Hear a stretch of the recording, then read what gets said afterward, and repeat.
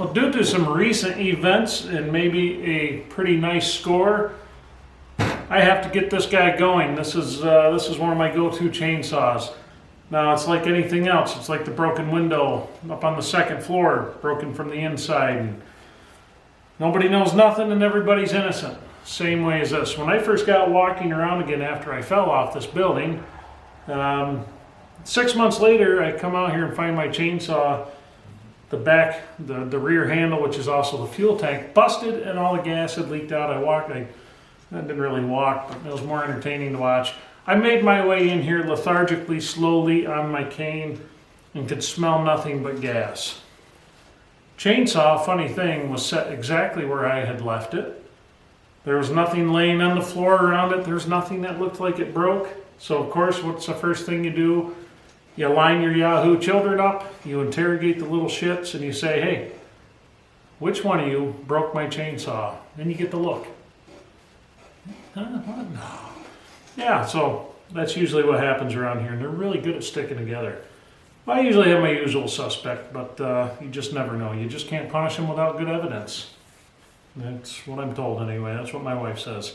So, anyway, this is a Dolmar 6400. This is, I bought this 10 years ago. This has seen a lot of use.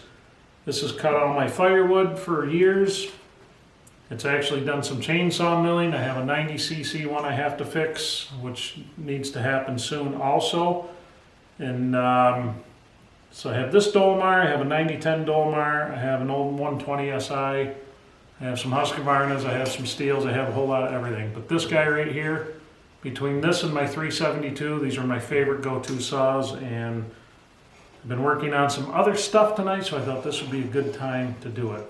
Okay, I'm rambling on. So we're not going to do a lot of camera shots tonight. We're just going to be sitting here, me shooting the shit with you guys, putting this beautiful new tank on here. This is an OEM tank sent to me by my friend Jimmy as an NCSU 4x4 on YouTube. He is a chainsaw guy on YouTube, so he actually has some good information. Jimmy and I have been friends for about 10 years. And we talk on the phone constantly, things like that. The part he got came from the Cutting Edge in Greenwich, New York, which are other side of the Adirondacks, down towards New York City a little bit. And if you guys are looking for old Dolmar parts, they're the people you want to hit up because they have a lot of good stock down there. Really good guys to deal with. And every year, they do the New York State Chainsaw get together, which is a lot of fun. Who knows if it'll happen this year. So anyway, without further ado. Normally, we would worry about drinking our gas, but this gas has been empty out of this for a long time. The new one does not come with a fuel cap, so we'll save that. I have found, working on chainsaws over the years, can you guys see that?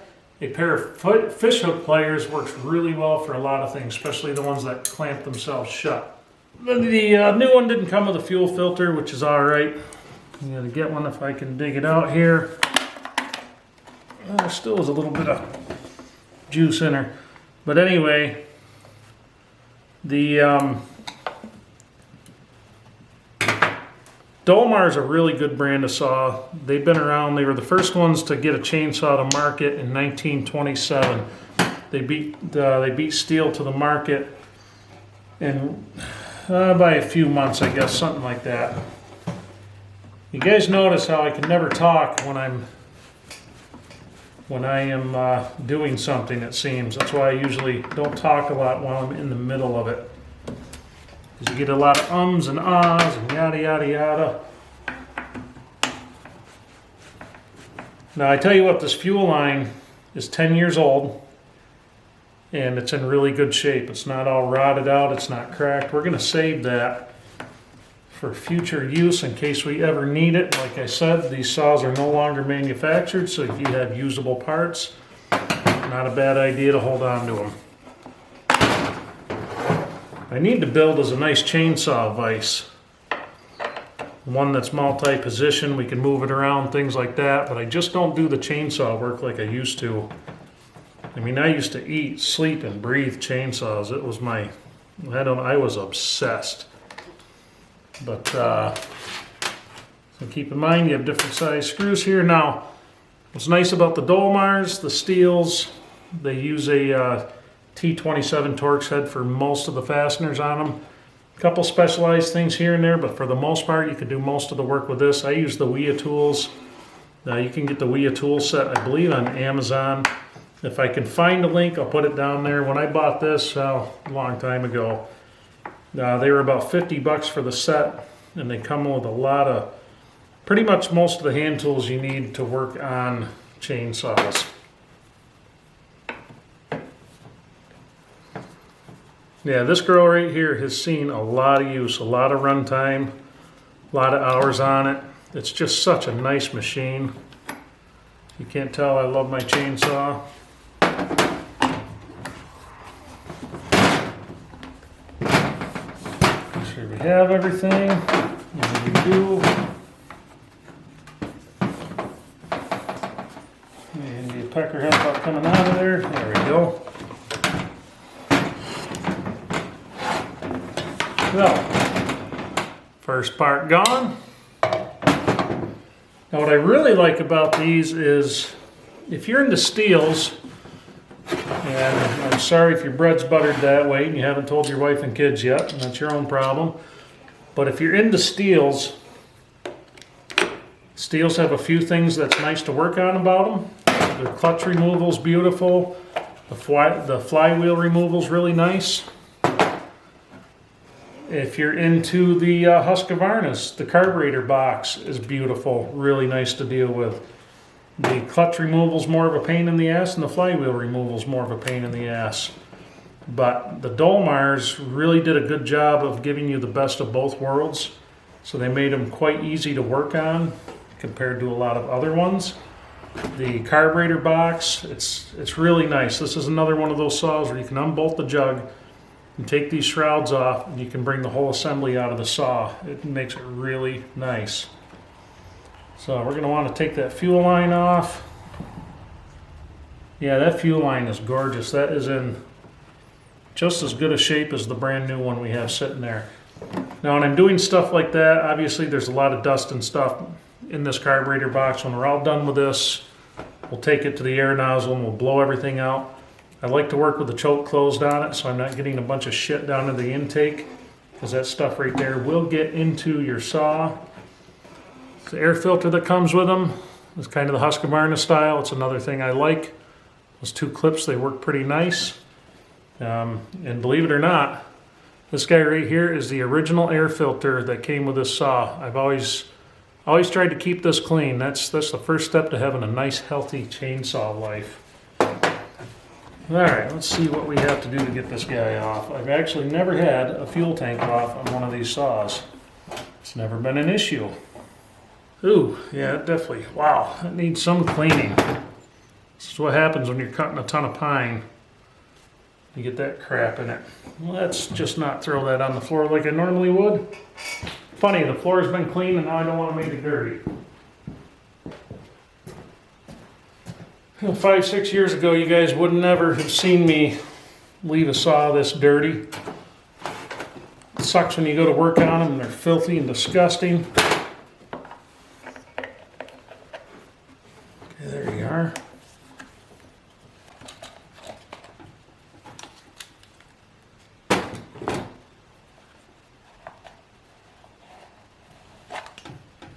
Okay, and there's the other mount right there.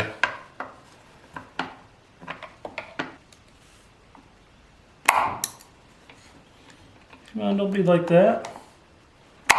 There we go.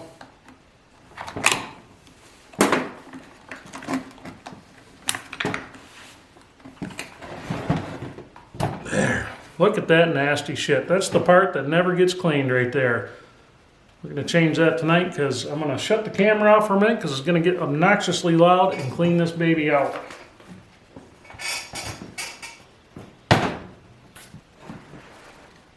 Much, much better. Still greasy as hell, but we can live with it.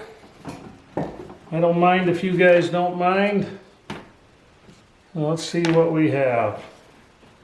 Alright, so the new gas tank does not come with a kill switch right there. I happen to have a whole bunch of brand new ones. Again, you want to put these in so when your finger hits it, it's a ready thing. I push it towards the handle itself. They have 4 little tabs on them.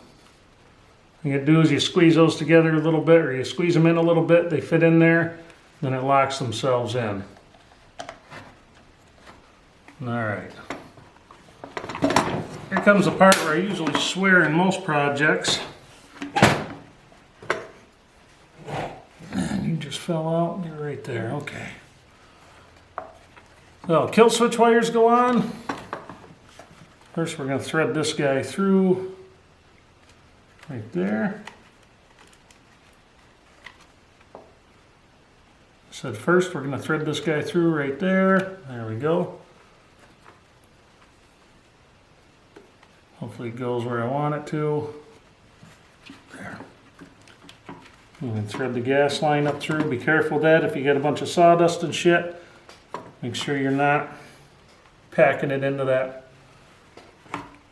Make sure you're not packing it into that fuel line as you put it up through there. These kill switch wires I want underneath. The throttle cable, I know you guys can't really see this. The beauty of doing pain in the ass projects on camera.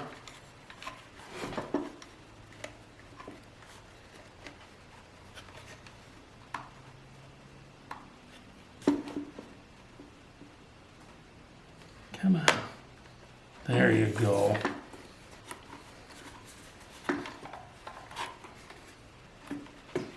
All right. I like to see where that... I said, these are one of the handiest chainsaw tools if you're doing repairs. You just reach in and grab shit. Makes it much easier.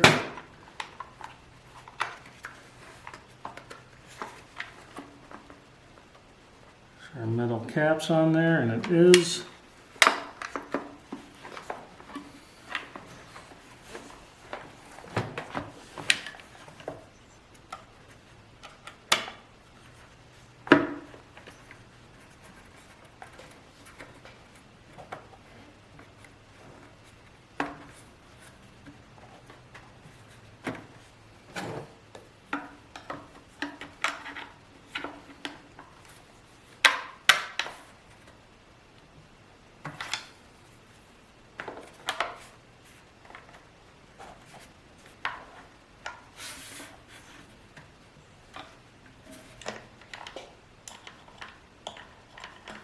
Oh, magnetic son of a bitch.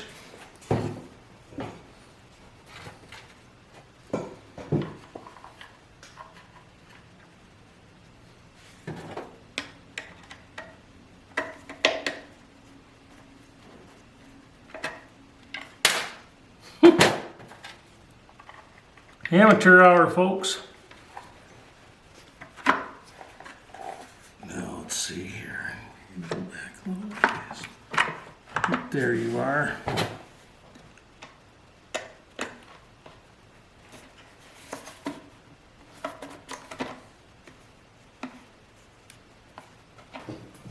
You guys can tell I'm a little rusty. I have not done a saw work in a few years. But anyway, let's see. So from your carburetor up here into the intake manifold that's in the cylinder, on these saws, on Steels, I think the newer Husqvarnas, they have a rubber intake boot. And while you have this stuff apart, just take a look at it, make sure it's not cracked, make sure there's no holes in it. If there is, replace it immediately. Do not run the saw, because what it does is it introduces too much air into the saw, and when you get too much air, you run it lean and you blow the saw, and that's no good. So fuel line on, now we just need to get the old throttle cable on.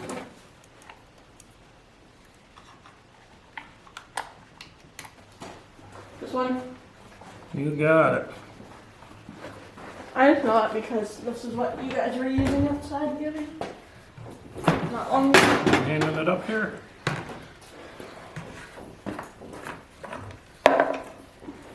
Thank you. Always give her a little swash. Sure the oil's mixed in there well.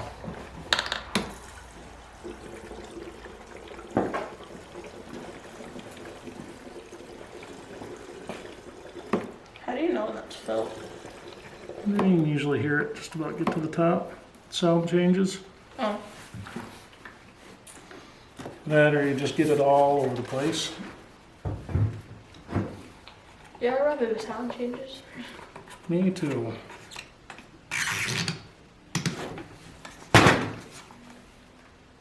Make sure there are no leaks. Okay. We can get the... For some reason, I think I know how to put the blade on. You should have seen it enough over the years. Don't you, gotta get cat put in the house. Oh.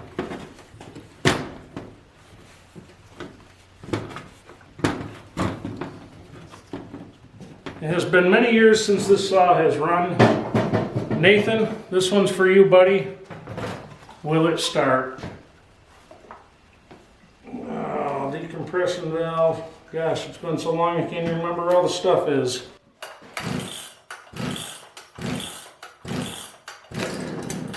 Oh, look at that.